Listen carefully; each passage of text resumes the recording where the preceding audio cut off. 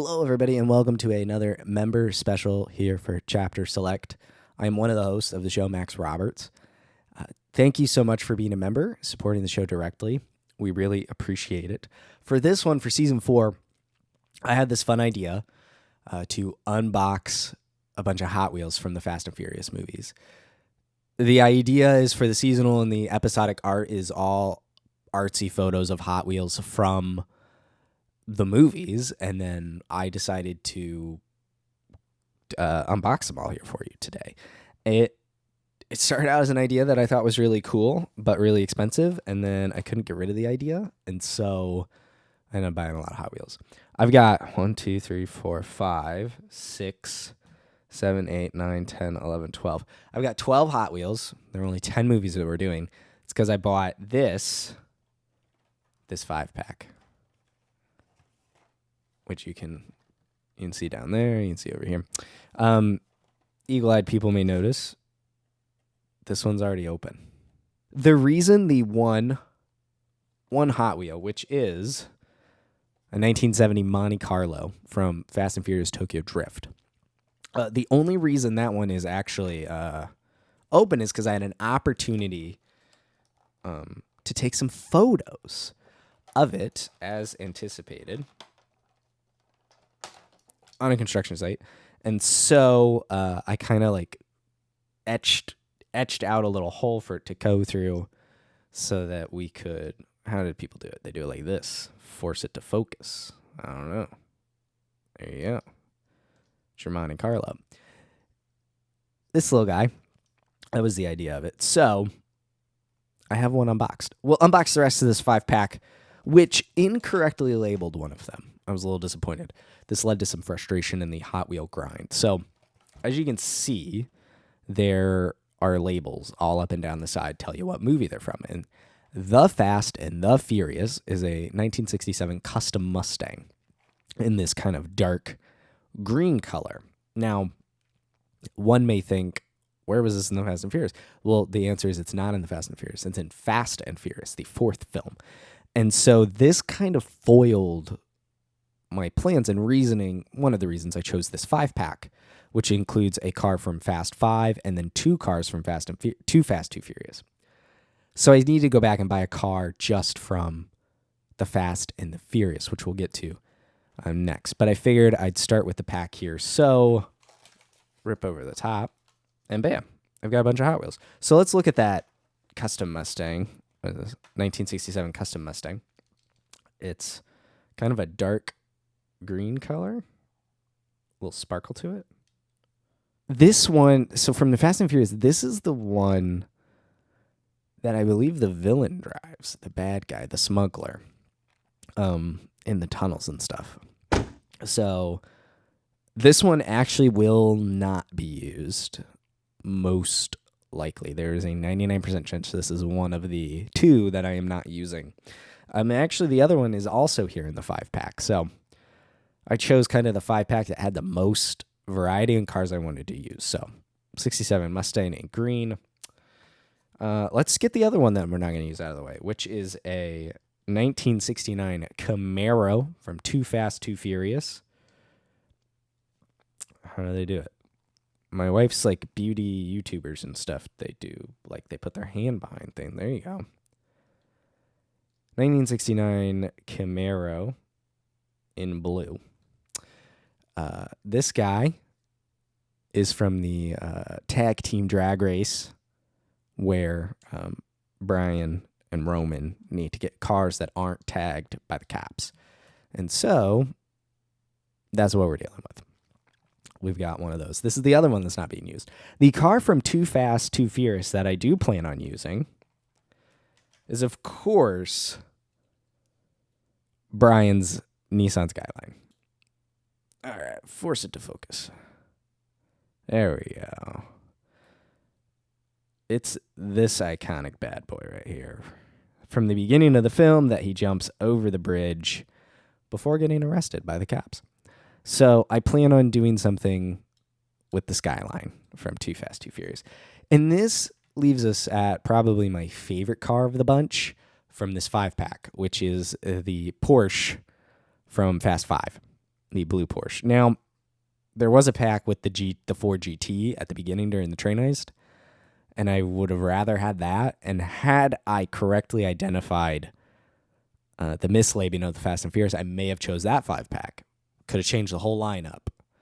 But we've got this blue Porsche. Now, if I can get it to focus again, there you go. Beauty YouTubers coming in hand.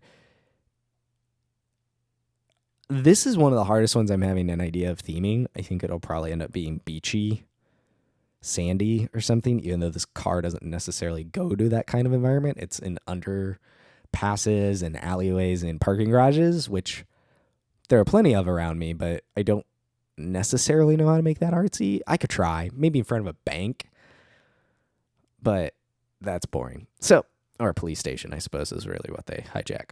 Anyway, that is the 5-pack. 2 from Too Fast, Too Furious, 1 from Tokyo Drift, 1 from Fast and Furious, and then 1 from Fast 5. So now we're going to wind the clock back. We've basically got the front half of everything except the Fast and the Furious, incorrectly labeled, which is this truck. Hard to find cars from the Fast and the Furious and Hot Wheels. I found cheaply. I found an orange one and the green Mitsubishi. Those were like in the $30 to $40 range, and I wasn't super comfortable with paying that much for a Hot Wheel. So I found this one on eBay after a couple of trials and errors. This truck, which is the one that Brian drives to the sandwich shop and what is it called? The Racer's Edge. So this is the pickup truck that he drives very briefly in the film. So without further ado, goodbye. It's probably like value in these some days. I don't know. There we go. Oh, look. There's like a little bed in it. Everything. All right. There's the truck. Look at that. It's a nice deep red color. I like it. The lights are painted onto this little metal Hot Wheel. Cool. All right. So I've got a decent idea for this one. Excited to take pictures of that. But that is the Fast and the Furious. And I think it's an interesting one. It's not one of the iconic racing cars. It's just one he drives very briefly in the film. So, as I mentioned before, not using the custom Mustang from Fast and Furious. Instead, I got what I find to be a cooler car. Driven at the very end of the film, much like the truck, only in the car show movie. In the movie very briefly, but I think very importantly and very cool use of it. So it is a 2003 Honda NSX Type R, which Mia drives at the end of the film when they break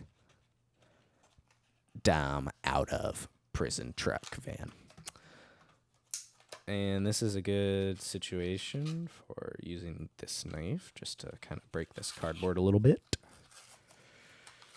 I wanted the Hondas from the Fast and the Furious. I thought with the green and stuff that could be kind of cool, but was not successful in finding those. So this one is very lean, very mean, low to the ground, cool front, tinted windows. I like this car a lot. I have ideas for all of them written down. This one should be fun to take pictures of. Sleek, dark, all black. And really is a part of the film that set off the franchise into what we know it as today. So we're going to skip Fast 6, mostly because it's in the most difficult packaging. So we're going to jump right down to Fast 7. Fast 7, I had two choices. This one and the red car that they drive through the skyscrapers. The 2 skyscrapers. And that one felt too similar to other cars that I had purchased, and so I chose the different one, the one that stands out a bit more, which is this 1970 Dodge Charger, but what makes it unique is the tires in the back, and it's kind of lifted up on bigger tires and stuff. That is because this is one of the cars, I believe the one Dom drives down, falls through, when they parachute out of the sky. So I got that, and I've got the perfect location and shots for all these. Oh, interesting. There we go. Wife should be proud. So the tires in the back are clear. I don't know if you can quite tell that. It's pretty cool. Oh, and the roof has a hole in it. Might come through better up here. There's the hole in the roof. The windows are clear. Yeah, this car just seemed more fun to take a picture of than the skyscraper one. Even though I think the skyscraper car looks better. We've got the Charger here. So put the Charger over there. Fast and Furious 7. Again, I think it actually is another Charger. But the Fate of the Furious, couldn't find a lot of Hot Wheels for this movie in general, but this seemed like the best option. It is another chart. Might be a Challenger, actually, looking at the front of it. But it is called the Ice Charger, and it's Dom's car that he drives on the frozen lake. This one's going to be an interesting one to take pictures of. But again, a unique car, probably the cheapest looking out of the bunch so far. It was definitely in the most basic packaging. It's got the plastic motor thing on the back, what he uses to like jet in above the submarine. But it's got this matte gray finish. It's sleek. It's good. And it's the obvious choice for that movie given the Hot Wheel options. So, easy peasy. We'll go to F9 now because, again, it continues a trend. When your character has a brand car, it's pretty easy to get sucked up into it, which is yet again another Dodge Charger from F9. I'll be honest, like Fate of the Furious, I could not find a lot of Hot Wheels for this movie, and actually this was the only Hot Wheel I found for this movie. I'm sure there are others. It's marketing, it just makes sense. But I could not tell you where this car is in the movie. But the build on this is way nicer. Holy smokes. Now I'm a Hot Wheel critic. Definitely a matte finish for sure. I like the gold stripe here. I don't know. Focal length may not be good. The gold on the wheels, metal in the back instead of plastic for that motor. Even a metal looking shifter inside. That's pretty neat. The problem is I have no idea what to take a picture of with this one. So this will definitely be a late in production picture because I don't know. But that covers the core, well, except 6. I haven't done 6 yet. I'm saving that for last. So now we have to go to Hobbs and Shaw. Again, well, there were like 2 or 3 Hot Wheel options for this one. And I just chose the one I like the most. There was like a white Lamborghini. I just don't remember it in that movie. But I definitely remember this McLaren that they used to drive around London.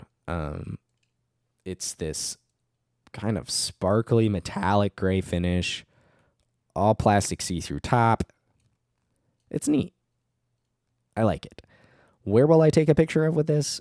I don't know. I'm not near London. There's a giant Ferris wheel near me, though.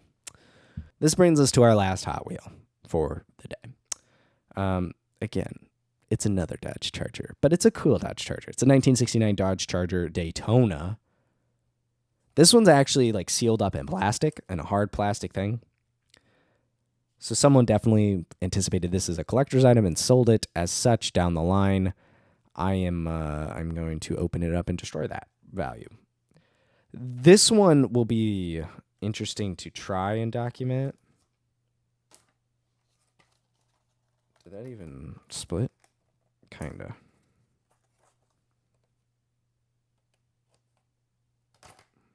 There we go. There's that. Because this is the car that Dom drives across the bridge and catches Letty in the air. Now, while there are bridges in Florida, it's not like I can throw this in the air. This one also is the only packaging with like movie art on it. And there's Dom with the car. All resale value out the window.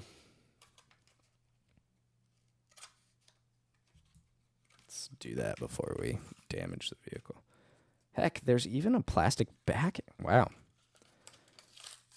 How was packaging during this era was really nice. Huh. This one is definitely one of the cooler Hot Wheels of the bunch. It's got the massive spoiler, that sleek maroon paint, and the different size tires. It's just a lean, mean machine. And that's what I'm excited about. So we've got all these Hot Wheels. I do, not we, but I have all these Hot Wheels. And now that they're open, I can finally start taking pictures of them, except for, mic arm in the way. Except for this guy. I already got some pictures of this.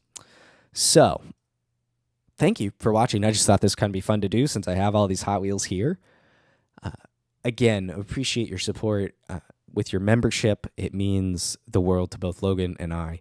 So thank you very much. Check out the other member specials that we've got for Season 4 and other seasons, going all the way back to Season 3, Banjo and Kazooie, and then future seasons going forward. Thank you so much, and have a wonderful rest of your day.